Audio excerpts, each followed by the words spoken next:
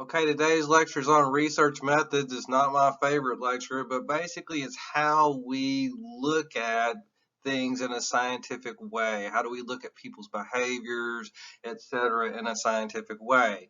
And so when I do this, I start off with basic versus applied, this distinction. Basic research is about general understanding, general, basic, and it's usually conducted in a laboratory. So most scientific research that you read about in like journals, etc., is basic.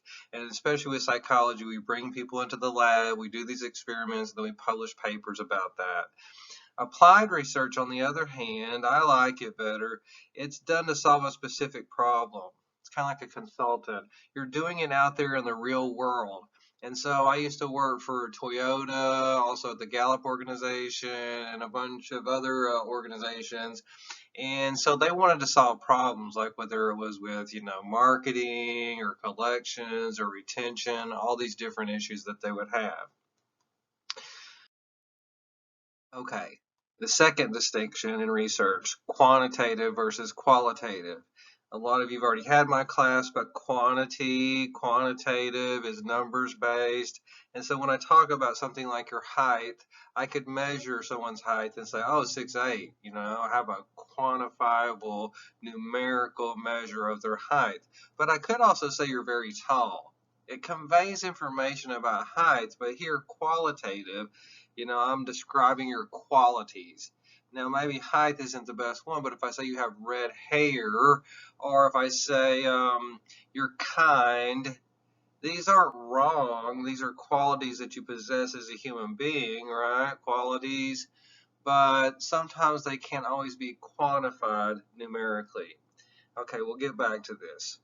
Now, quantitative research, I have these cutesy numbers on here. Quantitative methods, number one is naturalistic observation. I love animal research, like Planet Earth 2 and all this other stuff where they just go out and watch animals and observe them and learn about what they do.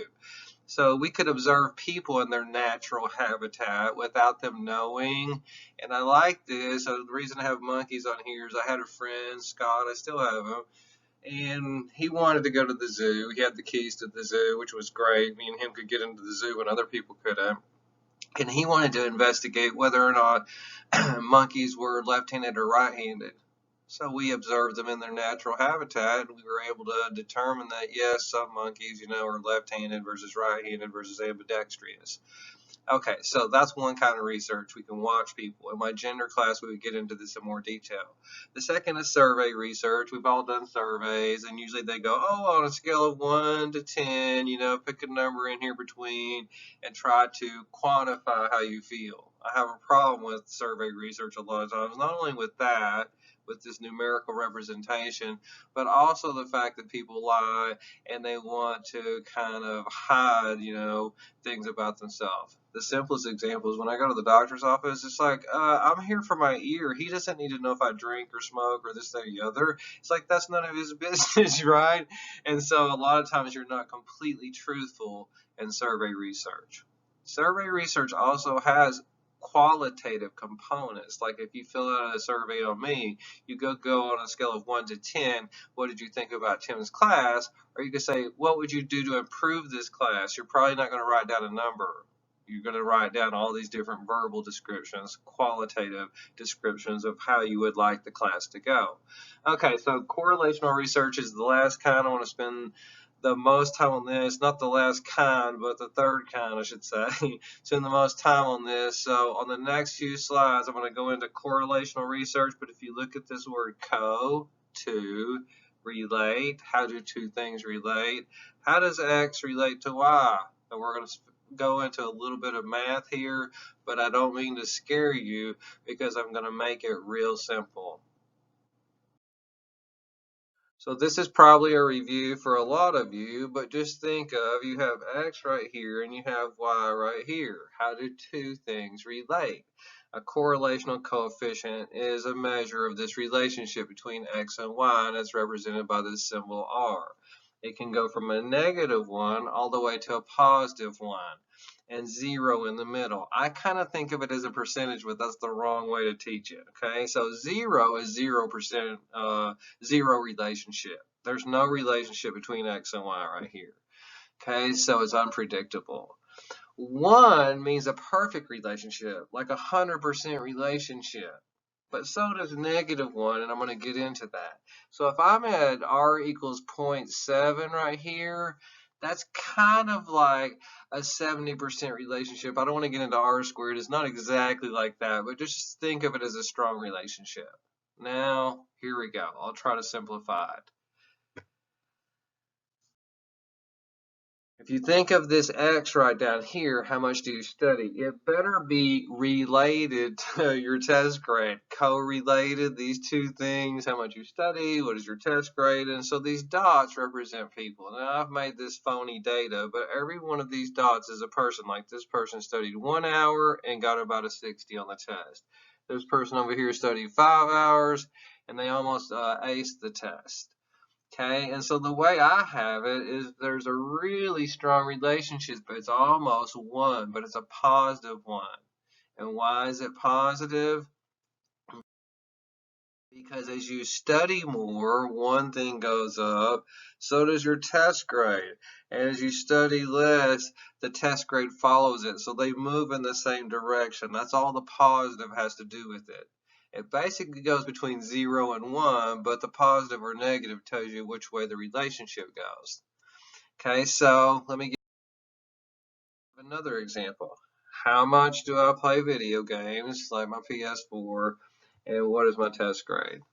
These two things might be correlated too, right? And so if I play too much video games, maybe I get a really poor test grade. Like I play 10 hours a day or something right here, and it's like, yeah, my test grade's about a 50. But some people don't play very much at all, and they get a 90. But what if you're not a gamer? This doesn't make sense, right? And so this is kind of a good one. But once again, you can see that there's a strong relationship here. I've made it really strong. It's almost 100%. Why is it negative? Because of this. As I gain more, my test grade goes down. They move in the opposite direction, and that's all the negative is which direction they move. As I gain less, my test grade goes up. That should make sense. Okay, the last example, no relationship, almost 0. My body weight and my test grade better not be correlated or Tim's going to get in trouble. You know what I mean? If I discriminate against people based on body type. So there should be no relationship. Whether you're light or heavy or in the middle, it has no bearing on your grade, and that's why it's a 0. Now, hopefully I made a little bit of sense here. Now, I don't know if you remember this. I kept wanting to talk about it the whole time.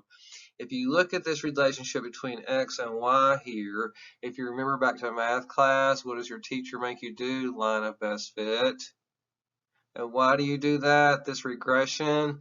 Well, the reason you do it is because if someone goes, Tim, I studied 1.5 hours. You don't have any dots there. It's like, yeah, but my line of best fit will give me a prediction of what your score is going to be.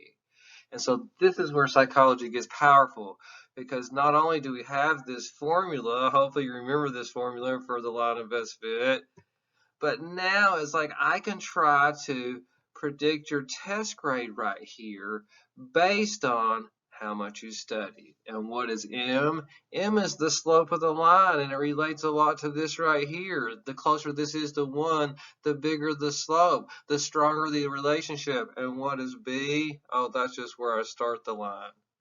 That's where math gets really important, and that's where psychology becomes really important, because now I can try to predict your behavior. And then you might say, well, that's just psychology. It has no bearing on my life. Well, I'll tell you what does have a bearing on your life, and it's called your credit score, your FICO score. And so how do they build that? Well, they want to predict this thing over here. What are they trying to predict? Are you credit worthy? They call it FICO because it's Fair Isaac charge-off score. If I give you money, give you a car, rent you an apartment, will you go bad on me? Charge off. And so what do I use to predict, will you go bad on me? That's human behavior. How many credit cards do you have? How many are maxed out? How many have ever been late? So on and so forth. When I worked in corporate America, I would build these models. And so now you have a number between 0 and 1 or 1,000. It's like a batting average. And if my batting average is 550 credit score, that means if I give you money, I got about a 50% chance of getting it back. So I'm not going to loan you money or I'm going to give you a high APR. If your credit score is like 800, then people go, I got an 80% chance this guy's a good risk. And that's where we're predicting people's financial behavior from all these. I don't know if that excites you. To me, it's very exciting because now we can use mathematics to predict people's behavior. One last thing I got to say about this then. Correlation doesn't mean causation. Just because I play less video games and sit on my ass doesn't make me get an A on the test, right? So in some examples, it's a problematic. And one of the examples I use, I steal from Eric Haas, that ice cream sales and drownings are perfectly correlated. Okay, the more ice cream that gets sold, the more people that drown. And so now it seems like ice cream is causing drowning. But that's not true. There's hidden factors like, if I can get this to come on here, please, the sun. This third factor, Z, which is really causing both of these things, drownings and ice cream sales. You're more likely to be in a body of water, so drownings go up. You're more likely to buy ice cream because it's hot. And so even though there's this perfect relationship, I can't say that ice cream causes drowning because there's always these hidden factors, which we call confounds or extraneous variables that might come into play. But if you told me how much ice cream was sold, I could still tell you how many people were going to drown. So that part still holds true. I hope some of this makes sense. Experimental method is the last kind of quantitative research that I'm going to talk about, and it tries to solve the problems that we saw with the correlation. It wants to determine cause and effect. Correlation, remember, we can't say that ice cream causes drowning. We can't say there's a relationship between the two things, but we have this cause and effect problem. And so in the experiment, they want to isolate X and say, yes, it caused Y. But in the real world, a lot of times there's all these other variables. I talked about the sun. I think I have little suns on here that could be really causing the behavior, drownings, right? But the good thing about the experiment is I can control for all those. I can control for heat, I can control for what they ate, all these different kinds of factors, their prior history. And if I can control for all those things, then maybe I can say X causes Y. Now, one of these might still sneak in. That's a confound or extraneous variable, these hidden variables, and I'll get into that in a minute. Okay, so enough of that. So this is the scientific method. I don't expect you to write this down or anything, but usually in science we make some kind of observation. The example I usually use is heat and aggression. That when it gets hotter, people get angrier, you have more violent crime. So you go do some background research and say, yeah, there is a lot of research on this that shows a link between heat and aggression. So I want to do an experiment because we're talking about the experimental method. And so here's the experiment down here. First of all, make a prediction. This should be old hat, Bill Nye the Science Guy kind of stuff, right? And then I test that prediction in my experiment right here. Okay, so what is my prediction? That if I have two different rooms, one is hotter and one is cooler, that people in the hotter room might engage in more aggression than people in the cooler room. Okay, so I can control for make sure they didn't drink anything or eat anything before, they don't have a past history of violence, all these different factors I can try to control for.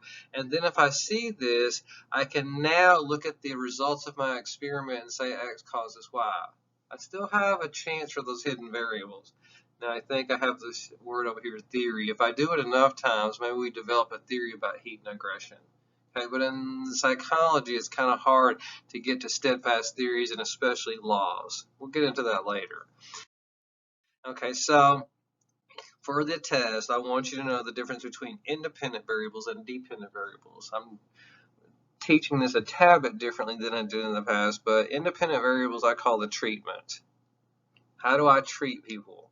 Like if I shine a bright light in your eye, I'm treating you a certain way. I choose that.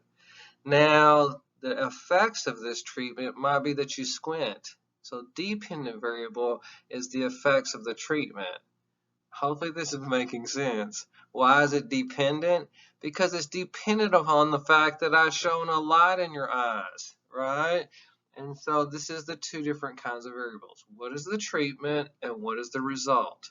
Now to teach this, I usually use this example right here and other examples, but look at this. Now I can probably say this causes your squinting. Now you could get like ticky-tacky and say, well, what if there was a hidden variable and the sun was coming in at the window at the same time as the light? It's like, yeah, but you're in an experiment, controlled environment. I can control for no other lights coming in. So it's probably that the light causes your squinting. Okay, so this is the example I thought I was getting to is Big Pharma. Okay, so this is why I use it because it's very easy. What do we do with patients? We treat them. Okay, so I'm going to treat people differently. I'm going to treat them with different drugs and see how they react, the effect. It's dependent upon which drug I gave you, right? Are you with me so far? Okay, so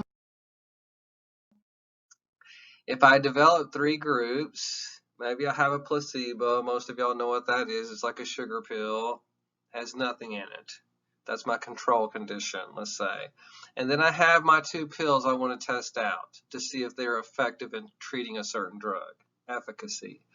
Okay, so this control group gives me an idea if I give you nothing. Here's the experiment right here. Do these 2 drugs have any effectiveness on the disease?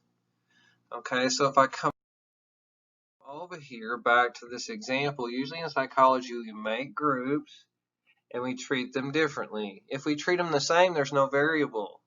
Doesn't change across groups. And how am I treating the groups differently? I don't give them the same drug.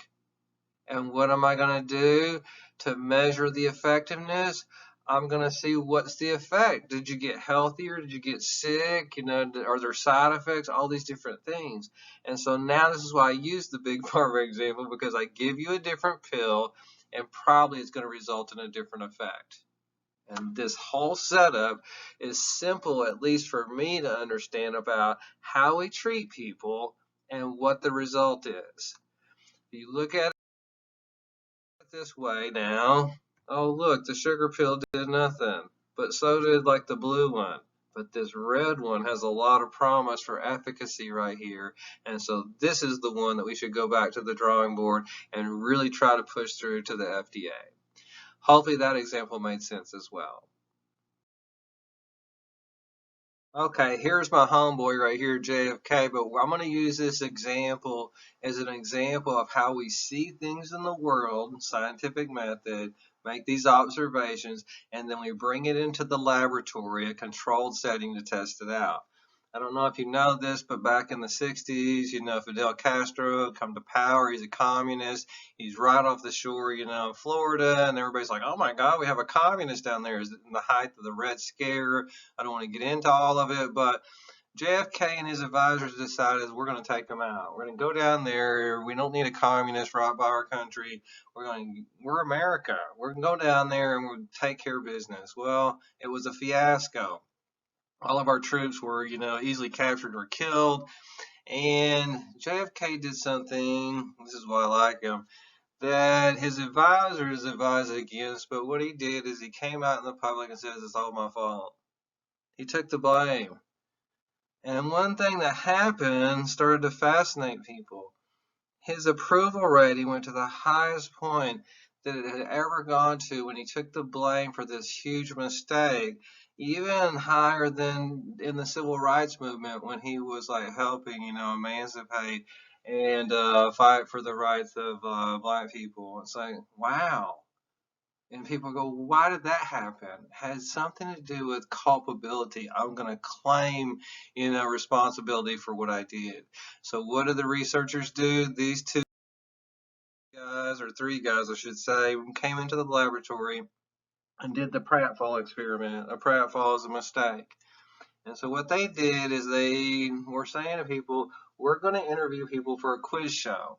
Okay, and so you have an interviewer there and you send people in. And of course, if you're going to get onto like Jeopardy or something, you got to be really smart. Now, some of the people that the experimenter sends in are competent. I say to the guy, hey, I want you to like ace this. Some of the people I say, hey, I want you to miss a lot. You know what I mean? So incompetent. So that has a lot to do with, what they think happens in this experiment. The second factor they manipulate is this, the mistake, the pratfall. Just like JFK, if you make a mistake and then take credit for it, take culpability.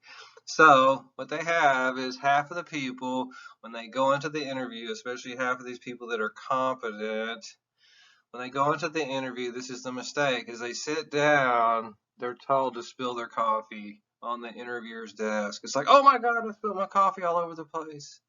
And half the people don't do this. Okay?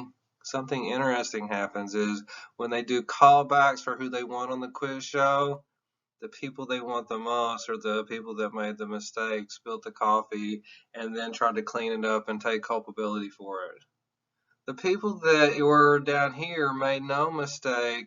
They didn't get as many callbacks. These people, of course, aren't going to get callbacks because they're no good. You know what I mean?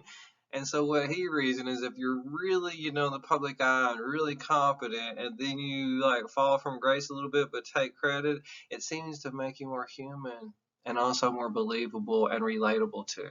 I love this experiment because it's trying to test out this idea from JFK in this controlled laboratory setting, basic research. Okay. Issues to consider with experiments. Well, one of them is random assignment. I can easily screw up my experiment. Like if I create two groups and treat them differently, what if I put all the males in this group inadvertently and all the females in this group? Well, now I got a hidden factor. Might not be my treatment that causes the groups to be different. Might be because they're different genders. So you have to really shuffle the deck good when you create your groups. Otherwise, that becomes a hidden factor if you get more, let's say, rich people over here and more poor people over here or something. It's like it becomes a factor like the sun, a hidden factor that's really causing the relationship between X and Y. Okay, the other thing is generalization. Generalization means I take the results from an experiment that's very specific and then I overgeneralize it sometimes. Okay, so in the laboratory I see something happen and I go, uh-oh, that's going to happen all the time in the world. It's like, well, maybe not. You know what I mean? Maybe it doesn't always happen that way in the world. And so the generalization is when I'm taking specific results and then try to say it happens that way all the time. A lot of time my favorite example is like TV violence. If I find in the lab that TV violence causes kids to be violent, I can't just go shut down all the TV violence because I think it just affects everybody the same way. That's overgeneralizing. Okay. So another thing is you have to keep people's research results a secret. You can't identify by name. People have to give their permission to be in your research. We do use a lot of deception in psychology. Why? Because people are being watched. We're not studying rocks or trees. We're studying people, and they're going to act like, uh-oh, what are they looking for? And so, I don't know, one of my favorite, comedians is Sacha Baron Cohen. The reason he is able to get people to act like themselves is because he tricks them. Bruno or Borat, you know what I mean? He stays in character and he just tricks people into being themselves. And sometimes psychology research is like that. If we don't tell you what we're really studying, you'll act normal. And so later on, if we trick you, we have to debrief you and tell you what really happened. So this leads into one final concept about experimentation and problems with experiments, which is domain characteristics. If we are trying to cloak, our research intentions so that people act in a normal fashion, we know people are out to kind of find out what we're studying. And if we don't do a good job of cloaking, we give away clues, which are domain characteristics that let participants know what's really going on. I like to think of it as a tell from poker. It's like, uh-oh. It's like they got a good hand, right? And so if you give away tells, then people go, uh-oh, I bet you I know what they're studying. They're trying to see if I'm going to get mad in this hot room. I'm just not going to do it. So if it's very easy to determine the intention of an experiment, then a lot of times people don't act normal. I hope that made sense. Okay, the last thing I want to talk about with regard to experimental research, but the thing I want to talk about most is called the confirmation bias. A lot of times as scientists, we set up our research in such a way that it confirms what we're looking for. I mean, why do we do that? Because if your research doesn't like pan out, it's like everybody goes, well, what do you study that for? None of it makes sense. It doesn't confirm your theories. And so whether this is purposeful or inadvertent, I don't know, but I'm going to talk about it this way. As far as your life, this is kind of a new age thing, and you're talking to the poster boy for this. If you think about if you're going to have a shitty life, you're going to have a shitty life. You find what you're looking for. If you think you're going to have a good life in this world, you're going to have a good life. It's because you find what you're looking for. One time someone told me this. Oh, it really haunted me. It said, Tim, if you're an angry person, there's going to be an asshole around every corner. All day long, you're going to run into assholes. It's like, damn it! You know what I mean? It's like, it makes sense, though, because you do find what you're looking for. Now, when as applied to research, I have this little analogy. Let's say there's a professor, and at the beginning of the semester, he gives 2 boxes of mice to one of his students, who is his research assistant. And he says to the research assistant, we have genetically engineered this box of mice to be smart, and this box is not genetically engineered. They're the dumber mice. Now, what I want you to do is verify this for me. This expectancy, confirmation, right? By having them run this maze over the next 16 weeks, time them, work with them, see how fast they can run the maze, etc.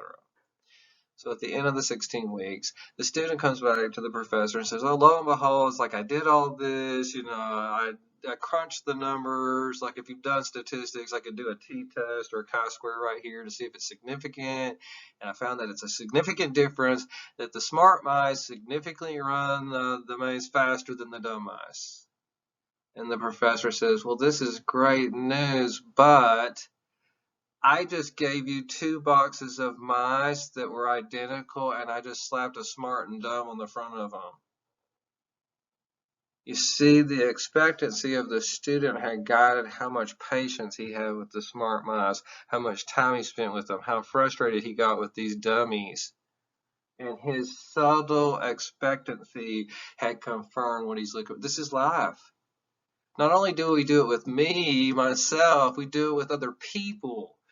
This is why I fucking hate labels. I'm not kidding. Sorry, I just hate them. As soon as you call someone smart, gifted, stupid, slow, all these other things, fuck that shit. It's like Martina Navratilova says this, labels are for clothing, not people. Because what starts to happen is we confirm the labels, stereotypes, by our treatment of the mice. If I think you're a smart mice, maybe I'm more patient and loving and kind with you. Does this make sense? It should make sense because not only do we do it, teachers, this guy does it, especially like, in lower grades. Because they might have had your brother or know your parents or this, that, or the other and have an expectancy about, or you're in a gifted program or you're in like, a disability program. So they already have a label. That's why it's like, fuck the label. You're not your label. You know what I mean? You're something bigger than that. And so this is the last thing that Tim is going to say about it. Finally, I get to talk about something I want to.